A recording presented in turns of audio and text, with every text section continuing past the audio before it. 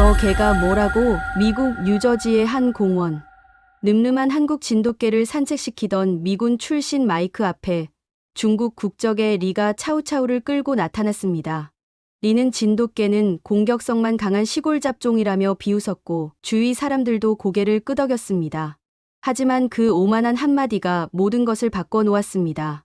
갑작스레 벌어진 예기치 못한 상황 속에서 진돗개의 본능과 주인의 품격이 공원을 숨 막히는 전장으로 만들어버렸죠. 그런데 정작 마이크가 진짜로 놀란 이유는 따로 있었습니다. 그 순간 그의 귀에 들려온 한마디가 가슴을 울렸기 때문입니다. 무슨 일이 있었던 걸까요? 함께 들어보시죠. 그 전에 잠깐 1초 만에 누를 수 있는 구독과 좋아요 눌러주시고, 진돗개가 최고라고 생각하시면 댓글에 한국 최고, 그렇지 않다고 생각하시면 한국 좋아 남겨주세요. 저는 마이크 앤더슨입니다. 48세, 로스앤젤레스에서 IT 엔지니어로 일하고 있어요. 5년 전부터 조카 제이슨을 키우고 있습니다. 형 부부가 교통사고로 돌아가신 후 제가 보호자가 됐거든요. 혼자 아이를 키우는 게 쉽지 않았지만 제이슨은 제게 새로운 삶의 의미를 줬어요. 그리고 그 아이 덕분에 운명 같은 만남이 시작됐습니다. 저는 그날을 절대 잊을 수 없습니다. 로스앤젤레스 동물보호소에서 일어난 일이었어요. 조카 제이슨을 데리고 봉사활동을 나갔던 토요일 오후였습니다. 삼촌, 저기 하얀 게 예뻐요. 제이슨이 손가락으로 가리킨 곳을 보니 구석진 우리에 웅크리고 있는 진돗개 한 마리가 보였어요. 보호소 직원 샘이 다가와서 말했습니다. 그 개는 건드리지 마세요. 며칠 전에 들어온 건데 사슬견들에게 쫓겨서 온몸이 상처투성이거든요. 하지만 저는 그 개의 눈빛을 보는 순간 마음이 아팠습니다. 공포로 가득했지만 어딘가 당당한 기운이 남아 있었어요. 마치 나는 포기하지 않겠다고 말하는 것 같았죠. 갑자기 보호소 뒤편에서 으르렁거리는 소리가 들렸습니다. 저런, 핏불들이 또 난리네요. 샘이 한숨을 쉬었어요. 순간 하얀 개가 벌떡 일어났습니다. 뒷다리를 절뚝거리면서도 그쪽을 향해 달려가는 거예요. 안 돼. 저는 무작정 따라 뛰었습니다. 뒤편 임시 격리장에서는 3마리의 사슬견들이 구석에 몰린 진돗개를 위협하고 있었어요. 아마 같은 무리였던 것 같습니다. 하얀 개는 피투성이 몸으로도 낑낑거리며 버티고 있었죠. 저는 주저하지 않았습니다. 근처에 있던 호스를 잡고 사슬견들에게 물을 뿌렸어요. 가라, 저리 가. 목청이 터져라 소리쳤습니다. 개들이 물러서자 저는 하얀 개에게 조심스럽게 다가갔어요. 괜찮아. 이제 안전해. 부드럽게 속삭였죠. 그런데 그 개는 저를 쳐다보더니 꼬리를 살짝 흔들었습니다. 겨우 한 번이었지만 제 가슴이 뭉클했어요. 샘이 달려와서 말했습니다. 미쳤어요? 유기견은 언제 물지 모른다고요. 하지만 저는 이미 마음을 정했습니다. 이 아이를 입양하고 싶습니다. 정말 위험해요. 진돗개는 주인을 한 번만 인정한다고 하던데요. 그때 할아버지 한 분이 우리 곁으로 다가오셨습니다. 박정수 할아버지였어요. 손에는 빨간색과 파란색 실로 엮은 예쁜 매듭 팔찌를 들고 계셨죠. 젊은이, 진돗개는 의로운 혼이 깃든 개입니다. 할아버지가 말씀하셨어요. 옛날 우리나라에서는 진돗개가 주인을 위해 목숨을 바쳤다는 이야기가 많아요. 이 아이도 분명 그럴 겁니다. 할아버지는 하얀 개의 목에 매듭 팔찌를 조심스럽게 달아주셨습니다. 그 순간 개는 할아버지 발등에 코를 비비더니 꼬리를 천천히 흔들었어요. 봐요. 벌써 마음을 열었네요. 할아버지가 미소 지으셨습니다. 저는 그 모습을 보며 확신했습니다. 이 개와 함께라면 뭔가 특별한 일이 일어날 것 같았어요. 제이슨도 신이 나서 손뼉을 쳤죠. 삼촌, 이름은 뭐라고 지을 거예요? 백호야. 저는 망설임 없이 말했습니다. 하얀 호랑이처럼 용감하고 의로운 아이가 되라고. 입양 서류를 작성하는 동안 백호는 제 발치에 조용히 앉아 있었어요. 가끔 저를 올려다보는 눈빛이 이제 당신이 내 주인인가요?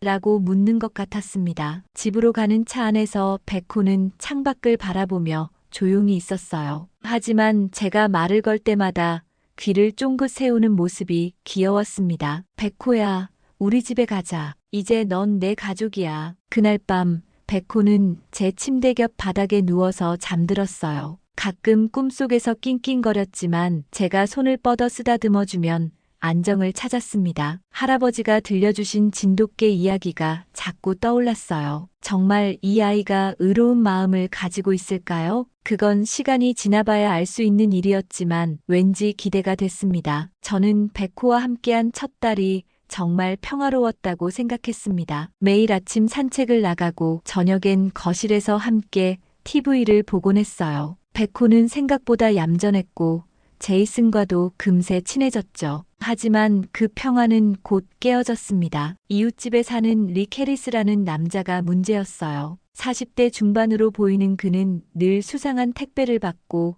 밤늦게 이상한 손님들이 드나들었습니다. 나중에 알고 보니 들어온 부품을 불법으로 거래하는 일을 하고 있었어요. 어느 날 밤 이 시쯤이었습니다. 백호가 갑자기 일어나더니 현관 쪽을 향해 낮게 으르렁거렸어요. 저는 잠결에 괜찮아, 백호야라고 중얼거렸죠. 하지만 백호는 계속 경계 태세를 풀지 않았습니다. 찰칵, 현관문 손잡이가 돌아가는 소리였어요. 저는 순간 잠이 확 깼습니다. 혹시 제이슨이 화장실에 가는 건가 싶어 돌아봤는데 아이는 깊게 잠들어 있었어요. 그럼 누가? 백호가 벌떡 일어나더니 현관으로 달려갔습니다. 저도 급히 따라 나갔죠. 어둠 속에서 검은 옷을 입은 남자가 우리 집에 들어오려 하고 있었어요. 바로 릭 해리스였습니다. 손에는 뭔가 도구 같은 걸 들고 있었죠. 누구세요?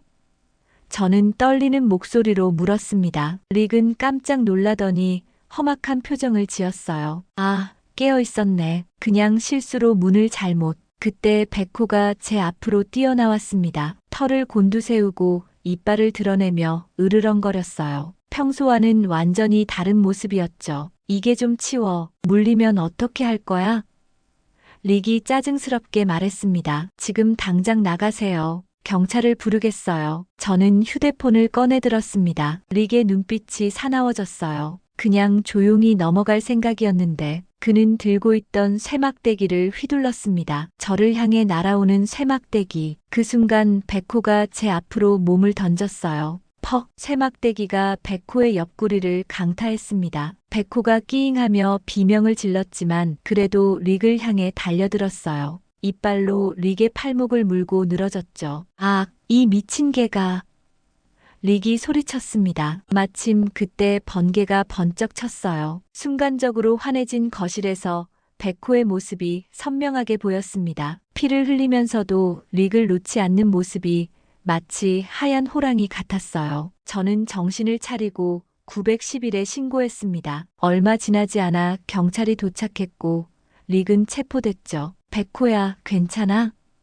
저는 백호를 안아들었습니다. 옆구리에서 피가 흘러나오고 있었어요. 응급동물병원으로 달려가는 차 안에서 백호는 제 무릎에 머리를 기댄 채 거친 숨을 몰아쉬었습니다. 눈빛은 여전히 또렷했어요. 마치 주인을 지켰으니까 괜찮다고 말하는 것 같았죠. 수술실 앞에서 기다리는 동안 제 마음은 무너져 내렸습니다. 백호가 다친 건 모두 제 탓이었어요. 더 조심했어야 했는데, 더 빨리 눈치챘어야 했는데. 수술이 끝나고 의사 선생님이 나오셨어요. 다행히 큰 부상은 아닙니다. 며칠 안정을 취하면 회복될 거예요. 정말 용감한 개네요. 백호가 회복실에서 깨어났을 때 저는 그 곁에 앉아 있었습니다. 백호는 저를 보자마자 꼬리를 살짝 흔들었어요. 미안해, 백호야. 내가 더 조심했어야 했는데. 백호는 제 손을 핥았습니다. 그 따뜻한 혀의 감촉에 저는 눈물이 났어요. 집으로 돌아와서 거실 벽을 보니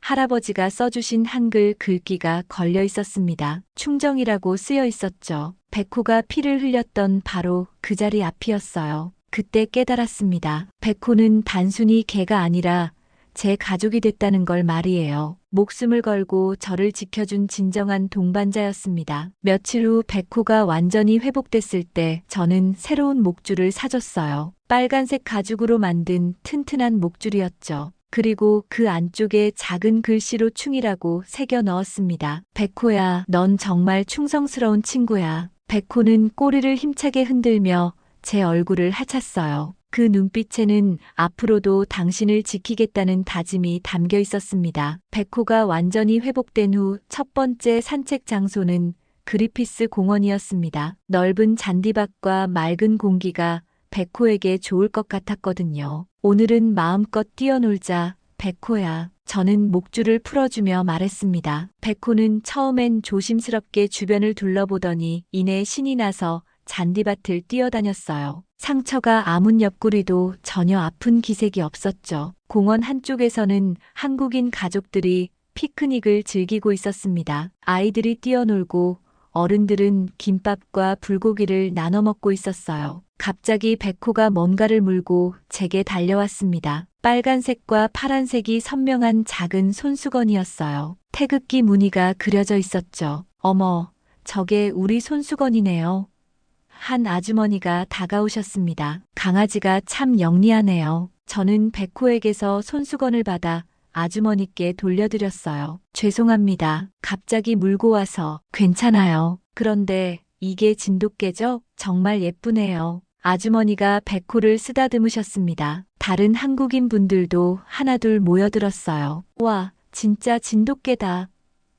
미국에서 진돗개를 키우다니. 한 할머니가 말씀하셨습니다. 진돗개는 정말 의리가 강한 개예요. 우리나라에서는 주인을 목숨 걸고 지킨다고 유명하죠. 맞아요. 한국 사람들은 그래서 진돗개를 정말 사랑해요. 다른 분이 덧붙였습니다. 저는 백호를 자랑스럽게 바라봤어요. 이미 한번 그 의리를 직접 경험했으니까요. 피크닉이 끝날 무렵 아주머니들이 태극기 손수건을 백호에게 선물해 주셨습니다. 이 아이한테 주세요. 한국의 정신을 잊지 말라고요. 백호는 손수건 냄새를 맡더니 꼬리를 흔들었어요. 마치 한국의 기운을 느끼는 것 같았죠. 해가 지기 시작할 무렵 저는 백호와 함께 공원을 한 바퀴 더 돌기로 했습니다. 백호는 태극기 손수건을 입에 물고 신나게 뛰어다녔어요. 그런데 갑자기 백호의 움직임이 멈췄습니다. 코를 킁킁거리더니 멀리 있는 한 지점을 뚫어져라 쳐다봤어요. 저도 그쪽을 봤지만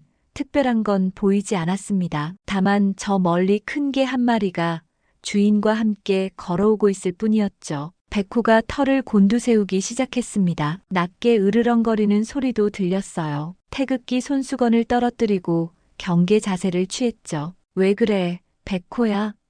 저는 백호를 달래려 했지만 소용없었습니다. 노을이 지는 하늘 아래 백호는 마치 무언가 위험한 것을 감지한 듯 온 신경을 곤두세우고 있었어요. 평소와는 전혀 다른 모습이었습니다. 멀리서 걸어오는 개는 차우차우 같아 보였어요. 덩치가 크고 털이 복슬복슬한 갈색개였죠. 주인은 정장을 입은 동양인 남성이었습니다. 백호의 직감이 맞는 걸까요? 저는 왠지 불안한 기분이 들었어요. 백호가 이렇게 경계하는 건 처음 보는 일이었거든요. 백호야, 우리 집에 갈까?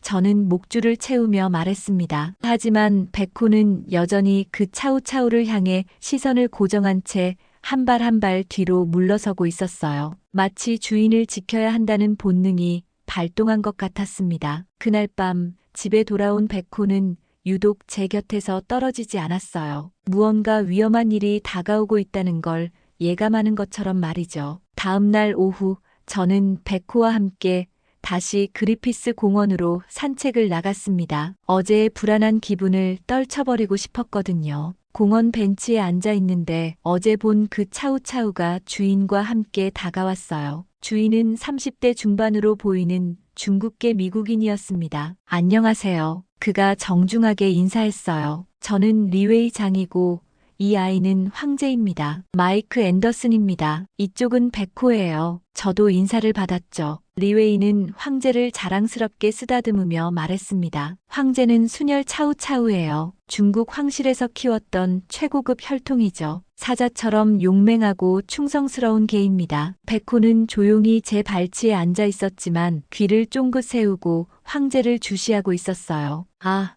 그쪽 개는 진돗개군요. 리웨이가 백호를 보며 말했습니다. 한국 개죠? 요즘 미국에서도 인기가 많더라고요. 그런데 그의 어조에 뭔가 미묘한 것이 느껴졌어요. 마치 그저 그런 개라고 말하는 것 같았죠. 한국 개들도 나름 괜찮긴 하죠. 하지만 차우차우만큼 고귀하지는 않아요. 리웨이가 웃으며 덧붙였습니다. 황제 조상들은 중국 황제들이 직접 키웠거든요. 아시아에서는 격이 다르다고 할까요? 저는 기분이 나빠지기 시작했습니다. 백호를 깔보는 것 같았거든요. 그때 공원을 지나가던 한국인 관광객 무리가 우리를 보고 다가왔어요. 중년 남성이 흥미롭게 말했습니다. 어머, 진돗개네요. 진짜 한국 진돗개. 맞습니다. 진돗개는 우리 표국을 지킨 전설적인 개예요. 옆에 있던 여성이 설명했습니다. 임진왜란 때 왜군들이 쳐들어와도 진돗개들이 마을을 지켰다는 이야기가 있어요. 관광객들이 백호를 보며 감탄했어요. 정말 늠름하게 생겼네요. 진돗개는 주인을 절대 배신하지 않는다고 유명해요. 리웨이의 표정이 굳어졌습니다. 갑자기 자신의 황제가 주목받지 못하는 게 불만스러운 것 같았어요. 차우차우도 충성스럽습니다. 리웨이가 목소리를 높였어요. 황실견이라고 해서 격이 다른 거죠. 그런데 바로 그때 황제가 갑자기 백호 쪽으로 다가가기 시작했어요. 으르렁거리는 소리를 내면서 말이죠. 백호는 즉시 일어나서 경계 자세를 취했습니다. 하지만 먼저 공격하지는 않았어요. 그저 제 앞을 막아서며 조용히 맞섰죠. 황제야, 안 돼. 리웨이가 당황하며 소리쳤지만 이미 늦었습니다. 황제가 백호에게 으르렁거리며 위협하자 백호는 한 발 뒤로 물러섰어요. 하지만 저에게서는 더 멀어지지 않았습니다. 마치 주인은 내가 지킨다는 의지를 보여주는 것 같았죠. 주변 사람들이 긴장하기 시작했어요. 하지만 백호는 끝까지 먼저 공격하지 않았습니다. 그저 묵묵히 제 앞을 지키고 있을 뿐이었어요. 한국인 관광객 중 한 명이 감탄하며 말했습니다. 봐요. 진돗개는 절대 먼저 싸움을 걸지 않아요. 하지만 주인을 지킬 때는 목숨을 걸죠. 저는 백호의 모습을 보며 가슴이 뭉클해졌어요. 어제 태극기 손수건 위에 조용히 앉아있던 모습이 떠올랐습니다. 백호는 말 대신 행동으로 자신의 품격을 보여주고 있었어요. 리웨이는 황제를 데리고 멀어지며 중얼거렸습니다. 뭐 별거 있나? 그냥 개인데. 하지만 주변 사람들의 시선은 모두 백호에게 머물러 있었어요. 조용한 위엄과 변하지 않는 충성심, 그것이 진정한 품격이라는 걸 모두가 느끼고 있었습니다. 며칠 후, 저는 백호와 함께 다시 그리피스 공원에 나갔습니다. 백호는 여전히 태극기 손수건을 물고 다니며 즐거워했어요. 벤치에 앉아 제이슨에게 전화를 걸고 있는데 갑자기 백호가 경계하는 기색을 보였습니다. 고개를 들어보니 리웨이와 황제가 다가오고 있었어요. 잠깐만, 제이슨아. 삼촌이 곧 전화할게. 저는 통화를 끊으려 했지만 급한 업무 얘기가 있어서 계속 통화를 해야 했습니다. 백호에게 손짓하며 잠깐만 기다려라고 신호를 보냈어요. 백호는 고개를 끄덕이더니 벤치 앞 잔디에 조용히 앉았습니다. 전화 통화에 집중하는 사이 황제가 슬금슬금 백호에게 다가왔어요. 리웨이는 다른 견주들과 대화하느라 신경 쓰지 못하고 있었죠. 황제는 백호 주변을 돌더니 갑자기 으르렁거리기 시작했습니다. 백호는 일어나서 한 발 뒤로 물러섰지만 여전히 침착했어요. 그런데 바로 그때였습니다. 황제가 갑자기 백호의 목을 콱 물어버린 거예요. 낑! 백호의 비명소리가 들렸지만 저는 아직 통화 중이었습니다. 고개를 돌려보니 백호가 피를 흘리고 있었어요. 저는 급히 전화를 끊고 달려갔습니다. 백호야. 그런데 놀라운 일이 벌어졌어요. 백호는 황제에게 반격하지 않고 있었습니다. 목에서 피가 흘러나오는데도 황제를 물거나 공격하지 않았어요. 그저 아픔을 참으며 저만 바라보고 있었죠. 황제야, 그만해. 리웨이가 뒤늦게 달려와 황제를 떼어냈습니다. 백호의 목 주위가 피투성이었어요. 하얀 털 사이로 붉은 피가 흘러내렸지만 백호는 꿋꿋이 서 있었습니다. 태극기 손수건도 피에 젖어 빨간색과 파란색이 더욱 진해 보였어요. 미안해요. 정말 미안해요. 리웨이가 당황하며 사과했습니다. 황제가 갑자기 그런 적이 없는데. 저는 백호를 안아들었어요. 괜찮아, 백호야. 이제 괜찮아. 백호는 제 품에서 꼬리를 살짝 흔들었습니다. 아픔에도 불구하고 주인이 와줘서 고맙다는 표정이었어요. 주변 사람들이 모여들었어요. 한 아주머니가 말했습니다. 적에는 왜 반격하지 않았을까요? 충분히 물어뜯을 수 있었는데. 다른 사람이 대답했어요. 아마 주인 허락 없이는 싸우지 않는 교육을 받았나 봐요. 정말 훌륭한 개네요. 백호를 응급동물병원으로 데려가는 동안 저는 자책감에 휩싸였습니다. 전화 때문에 백호를 제대로 지켜주지 못했어요. 미안해, 백호야. 내가 더 조심했어야 했는데. 백호는 제 무릎에 머리를 기대고 조용히 숨을 고르고 있었어요. 눈빛에는 원망이 전혀 없었습니다. 오히려 주인이 슬퍼하지 않았으면 좋겠다는 마음이 느껴졌죠. 병원에서 응급처치를 받는 동안 공원 관리소 직원 잭슨 브라운이 찾아왔습니다. 사고 경위를 확인하려고 왔습니다. CCTV 영상을 확인해 봤는데 한번 보시겠어요? 저는 백호가 수술받는 동안 CCTV 영상을 봤어요. 화면에는 모든 과정이 선명하게 기록되어 있었습니다. 슬로 모션으로 재생된 영상에서 백호는 끝까지 가만히 있었어요. 황제가 다가와서 위협해도 심지어 목을 물어도 단 한 번도 반격하지 않았습니다. 이상하네요. 보통 개들은 공격받으면 즉시 반격하는데. 잭슨이 고개를 갸우뚱했어요. 리웨이도 영상을 보고는 말문이 막혔습니다. 이럴 수가.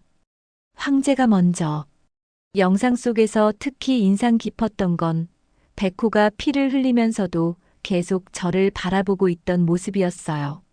마치 주인이 돌아올 때까지 견뎌야 한다고 다짐하는 것 같았죠. 화면 한쪽에는 한국어로 쓰인 안내판이 보였습니다. 반려견은 사랑입니다라는 문구가 아이러니하게도 상황을 더욱 부각시켰어요. 정말 놀라운 개네요. 잭슨이 감탄했습니다. 저런 인내심을 가진 개는 처음 봅니다. 주변에 있던 사람들도 하나둘 모여들어 영상을 봤어요. 와, 정말 대단하다 하는 탄성이 여기저기서 터져나왔습니다. 한 아주머니가 눈물을 글썽이며 말했어요. 저 개는 정말 주인을 사랑하는구나. 자기가 아파도 주인 걱정만 하고 있어. 영상이 끝나자 모든 사람이 숙연해졌습니다. 백호의 침묵 속 의연함이 누구보다 강력한 메시지를 전달했거든요. 리웨이가 고개를 숙이며 말했습니다. 정말 죄송합니다. 제가 황제를 제대로 관리하지 못했어요. 수술이 끝나고 백호가 회복실에서 눈을 떴을 때 저는 그 곁에 앉아 있었습니다. 목 주위에 하얀 붕대가 감겨 있었지만 백호의 눈빛은 여전히 맑았어요. 백호야, 이제 괜찮아. 저는 조심스럽게 백호의 머리를 쓰다듬었습니다. 그때 문이 열리더니 리웨이가 들어왔어요. 손에는 꽃다발을 들고 있었죠. 어떻게 지내세요? 리웨이가 조심스럽게 물었습니다. 저는 차갑게 대답했어요. 다행히 큰 부상은 아니래요. 리웨이는 백호를 바라보며 깊은 한숨을 쉬었습니다. 정말 미안합니다. 그런데 갑자기 리웨이가 무릎을 꿇더니 한국어로 말했어요. 미안합니다. 서툰 발음이었지만 진심이 느껴졌습니다. 그의 눈에는 눈물이 고여 있었어요. 백호가 리웨이를 보더니 천천히 일어났습니다. 그리고는 리웨이에게 다가가서 꼬리를 한번 흔들었어요. 이 아이가 날 용서해 주는 건가요? 리웨이의 목소리가 떨렸습니다. 마침 그때 수의사 소피아 박 선생님이 들어오셨어요. 손에는 따뜻한 호박죽이 담긴 그릇을 들고 계셨죠. 우리 어머니가 늘 말씀하셨어요. 다친 동물에게는 정성이 최고의 약이라고. 소피아 선생님이 미소 지으셨습니다. 백호는 호박죽 냄새를 맡더니 천천히 먹기 시작했어요. 그 모습을 보던 리웨이가 말했습니다. 저도 한국 문화를 배워보고 싶어요. 이 아이처럼 관대하고 의로운 마음을 갖고 싶습니다. 백호가 리웨이 손등에 코를 살짝 댔을 때 리웨이는 눈물을 떨어뜨렸어요. 그 순간 모든 갈등이 녹아내리는 것 같았습니다. 일주일 후 백호는 완전히 회복됐습니다. 목의 상처도 깨끗하게 아물었어요. 그날 오후 리웨이가 특별한 선물을 들고 찾아왔습니다. 검은 가죽으로 만든 고급 목줄이었어요. 이걸 직접 만들었어요. 리웨이가 목줄을 보여줬습니다. 안쪽을 보세요. 목줄 안쪽에는 충이라는 한자가 금실로 정교하게 새겨져 있었어요. 그 옆에는 할아버지가 만들어주신 빨간색과 파란색 매듭 팔찌가 달려 있었고 작은 태극기 패치도 붙어 있었죠. 백호에게 이 목줄을 채워주고 싶어요. 제가 배운 한국의 정신을 기념하면서요. 저는 감동했습니다. 그리고 백호에게 새 목줄을 채워줬어요. 그런데 놀라운 일이 벌어졌습니다. 소식을 들은 지역 언론사에서 취재를 나온 거예요. 기자들이 카메라를 들이대며 사진을 찍기 시작했습니다. 이 사건이 지역 사회에 큰 화제가 되고 있다고 들었는데요. 기자가 인터뷰를 요청했어요. 저는 백호와 함께 카메라 앞에 섰습니다. 플래시가 터질 때마다 백호는 의젓하게 앉아 있었어요. 백호가 보여준 건 단순한 참을성이 아닙니다. 저는 말했어요. 진정한 충성과 의리가 무엇인지 우리 모두에게 가르쳐 줬어요. 리웨이도 옆에서 말했습니다. 저는 이 일을 통해 한국 문화의 아름다움을 배웠습니다. 앞으로도 계속 배워나가고 싶어요. 인터뷰가 끝나갈 무렵 저는 갑자기 한국어로 말하고 싶어졌어요. 소피아 선생님께 배운 몇 마디였지만요. 감사합니다. 저는 카메라를 향해 외쳤습니다. 바로 그 순간 백호가 절도 있게 앉더니 꼬리를 힘차게 흔들었어요. 마치 제 말에 화답하는 것 같았죠. 사진이 터지고 박수 소리가 울려 퍼졌습니다. 그날 저녁 집에서 백호와 함께 뉴스를 봤어요. 우리의 이야기가 메인 뉴스로 보도되고 있었습니다. 견종을 초월한 진정한 우정, 한국 문화가 전한 감동이라는 제목들이 화면에 떠올랐어요. 백호는 제 발치에 누워서 새 목줄을 자랑스럽게 하고 있었습니다. 빨간 매듭 팔찌, 태극기 패치, 그리고 충 글자가 한 프레임에 담겨 정말 아름다웠어요. 백호야, 넌 정말 자랑스러운 친구야. 저는 백호를 쓰다듬으며 말했습니다. 백호는 저를 올려다보며 꼬리를 흔들었어요. 그 눈빛에는 앞으로도 함께 하자는 약속이 담겨 있었습니다.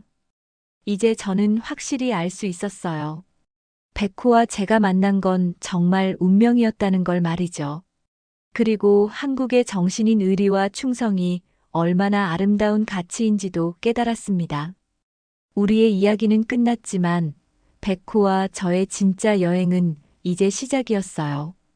오늘 영상은 여기까지입니다. 이 영상이 좋으셨다면 구독과 좋아요 눌러주세요.